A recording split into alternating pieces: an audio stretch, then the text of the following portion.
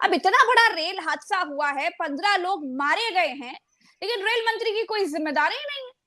Rail मंत्री का कहना है कि कोई जिम्मेदारी नहीं है। नीट की परीक्षा का पेपर लीक हुआ तो शिक्षा मंत्री कह रहे हैं कि हुआ ही नहीं है जी। ये क्या है सर? दे, देखिए प्रज्ञा जी, रेल ये मंत्री ने भारतीय कहा। जनता पार्टी है। जी भरत, ये भारतीय जनता पार्टी है। हम क्यों भूल रहे हैं कि 2014 में जब सरकार बनी थी पहली बार मोदी के नेतृत्व में, तब राजनाथ सिंह ने कहा था ये एनडीए की सरकार है, इसमें इस्तीफे नहीं होते। वो बयान हम कभी भी याद करके देख सकते हैं। अर्थात चाहे अनियमितता का आरोप लग जाए, किसी भी तरह के आर्थिक घोटालों के आरोप लगे, आज मणिपुर जल रहा है, कुछ साल पहले हरियाणा पूरा जलता रहा था, सेना उतारनी पड़ी थी हेलीकॉप्टर से जाट आंदोलन में, आपको याद होगा। राजस्थान में इतना उपद्रव हुआ। रेल दुर्घटना एक थोड़ी हुई है, ये कितनी रेल दुर्घटना इस देश में 10 साल में हो गई है, उसकी लंबी फहरिस्त कल कांग्रेस ने जारी की है और हम और आप सब जानते ही है। ये नैतिकता विहीन राजनीतिक दल है, इसका नैतिकता से कोई संबंध नहीं है। हमने वो दौर भी देखा है। एक घटना का जिक्र करना चाहूंगा, मलिक साहब आप लोग भी उसके साक्षी रहे होंगे, मैं तो बहुत प्रत्यक्षदर्शी हूं उस चीज का। नरसिंह राव की सरकार के समय पीवी नरसिंह राव प्रधानमंत्री थे। एक हवाला डायरी का जिन्न निकला कि जैन हवाला डायरी में लोगों के नाम है। सबसे पहले इस्तीफा दिया शरद यादव ने, फिर इस्तीफा दिया लालकृष्ण आडवाणी ने। अब मैं उस घटनाक्रम की तरफ ले जाना चाहता हूं हमारे दर्शकों को भी, कि आपको जानकर आश्चर्य होगा कि उस जैन हवाला डायरी में एक नाम था माधवराव सिंधिया का। वे उस वक्त एचआरडी मिनिस्टर थे, केंद्रीय मानव संसाधन विकास मंत्री थे। डायरी में नाम आने के बावजूद शरद यादव ने इस्तीफा दे दिया, आडवाणी जी ने दे दिया, लेकिन माधवराव सिंधिया जी ने इस्तीफा नहीं दिया। मैं उस वक्त ग्वालियर में नवभारत का संपादक था। 12 घंटे हो गए, 20 घंटे हो गए, हम सब लोग भी चकित थे। माधवराव सिंधिया जैसा व्यक्ति जो राजीव गांधी की सरकार में एक हवाई दुर्घटना में इस्तीफा दे देता है, इतना बड़ा आरोप लगाया, पैसों के लेन देन का आरोप लगाया, इस्तीफा क्यों नहीं दे रहे? मैं उस तरफ ले जाना चाहता हूं कि कोई व्यक्ति, कोई राजनेता अपने क्षेत्र के प्रति कितना निष्ठावान होता है, वो माधवराव सिंधिया ने स्वर्णिम उदाहरण पेश किया था। अगले दिन सुबह हम लोगों के पास मैसेज आया कि सिंधिया जी, महाराज कहा जाता था वहां तो, कि महाराज आ रहे हैं विशेष विमान से और ग्वालियर में एक इंस्टीट्यूट की आधारशिला रखने आ रहे हैं। आनन फानन में उसके लिए जमीन ढूंढी गई और उस इंस्टीट्यूट का नाम था ट्रिपल IITM, यानी IIT से बड़ी चीज, एशिया के स्तर का सबसे बड़ा संस्थान ग्वालियर में माधवराव सिंधिया लेकर आए। सिर्फ 24 घंटे तक उन्होंने इस्तीफा इसलिए नहीं दिया कि वे अपने क्षेत्र के लिए उस इंस्टीट्यूट को लाना चाहते थे। पीवी नरसिंह राव नांदयाल क्षेत्र से आते थे, पीवी नरसिंह राव उस इंस्टीट्यूट को नांदयाल ले जाना चाहते थे। माधवराव सिंधिया ने अपने प्रधानमंत्री से लड़कर अड़कर वो ट्रिपल IITM ग्वालियर में लेकर आए, शिलान्यास किया, भूमि पूजन किया, उसी विमान से लौटे। हम लोगों ने पूछना चाहा कि महाराज आपने इस्तीफा क्यों नहीं दिया, इस तरह के आरोप, उन्होंने कोई उत्तर नहीं दिया, एक शब्द हम लोगों से बिना बोले चले गए। लेकिन उनका विमान दिल्ली में लैंड किया। मलिक साहब, उसके बाद 10 मिनट बाद दूरदर्शन पर फ्लैश हुई खबर, तब इतने चैनल तो थे न्यूज चैनल्स, माधवराव सिंधिया ने इस्तीफा दिया। ये था नैतिक बल राजनेताओं का, कि अपने क्षेत्र की एक बड़ी सौगात हाथ से न निकल जाए, उसके लिए 24 घंटे तक माधवराव सिंधिया ने एक तरह से अपने ऊपर वार सहे कि हवाला डायरी में नाम आ गया, फिर भी इस्तीफा नहीं दे रहे सिंधिया जी, सबने दे दिया, यही पद पर चिपके हुए हैं।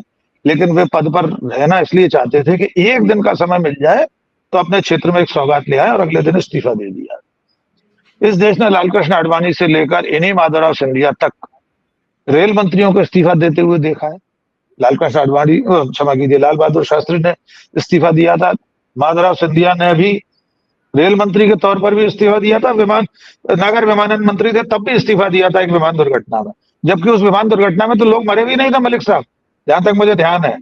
क्रैश हुआ था कहीं लैंडिंग में, लेकिन कोई मौत नहीं हुई थी, पर उन्होंने नैतिक आधार पर इस्तीफा दिया। अब आते हैं अश्विनी कुमार वैष्णव पर। आपने 2 उनके काम गिनाए, एक तो बकलोली करना, दूसरा अपने नेता की ठकुरस्वाती। एक काम और जोड़ लीजिए, वो है रील बनाना। वे दुर्घटना स्थल पर कभी मोटरसाइकिल से जाएंगे, कहीं कूद फांद कर जाएंगे गाड़ियों के डिब्बों के ऊपर से, उसकी रील बनवाएंगे अपनी PR टीम से, वो PR टीम उनकी रील जारी करेगी। तो तीसरा काम ये, चौथा एक और काम है। चौथा काम है ब्राह्मण महासभा के सम्मेलनों में जाकर जय जय परशुराम के नारे लगाना और बड़ी से बड़ी रेल दुर्घटना में वही नौटंकी फिर से दोहराना अपनी पीआर टीम के जरिए।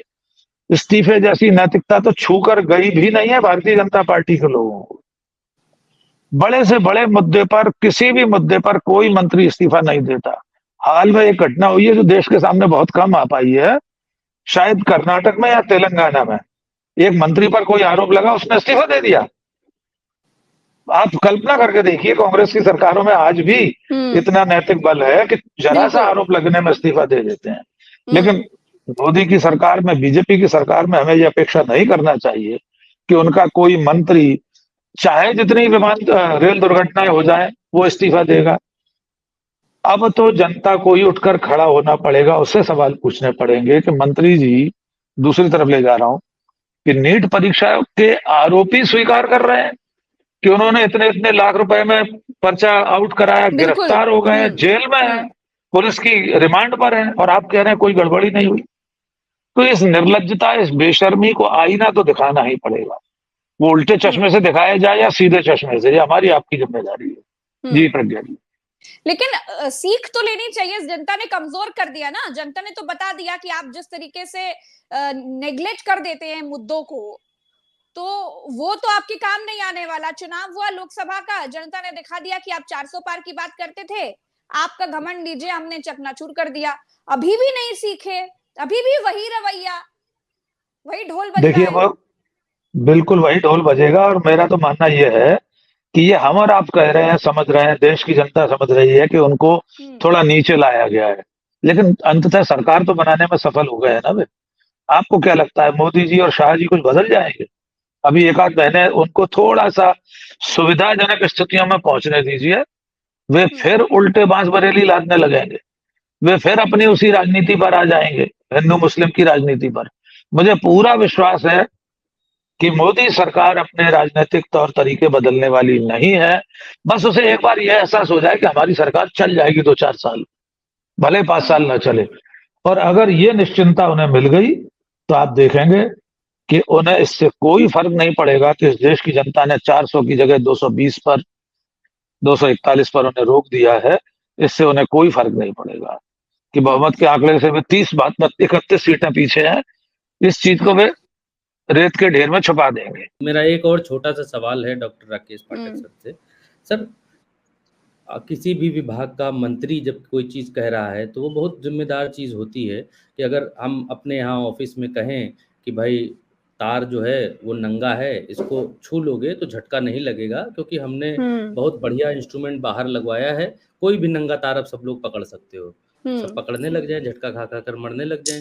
तो क्या वही स्थिति रेलवे में है? रेल मंत्री ने कह दिया कि ट्रेन आएगी, लड़ेगी नहीं, तो क्या ट्रेन ड्राइवर और कर्मचारी थोड़ा शिथिल हुए हैं कि भाई हमारी ट्रेन में टेक्नोलॉजी तो है ही है, छोटी मोटी चीज़ें तो वही टेक्नोलॉजी ही देख लेगी? क्या इस कारण भी हादसे हो रहे हैं कि रेल मंत्री ने बरगला दिया लोगों को, और इतना बड़ा विभाग है रेलवे का, और लोगों के दिमाग में, जहन में ये बैठ गया कि टेक्नोलॉजी तो है ही है, थोड़ा बहुत तो संभाल ही लेगी, वो भी संभाल लेगी? तो क्या ये भी एक कारण है क्या कि देखिए जी, मैं राकेश जी एक सेकंड में आप ही की बात में जोड़ देता हूँ नई चीजें। कोरोना काल में जब पहले वाला फेज आया था तो किट आई थी डॉक्टरों के लिए, जो हॉस्पिटल का स्टाफ था उनके लिए, कि कोरोना में जाएंगे किट पहन के।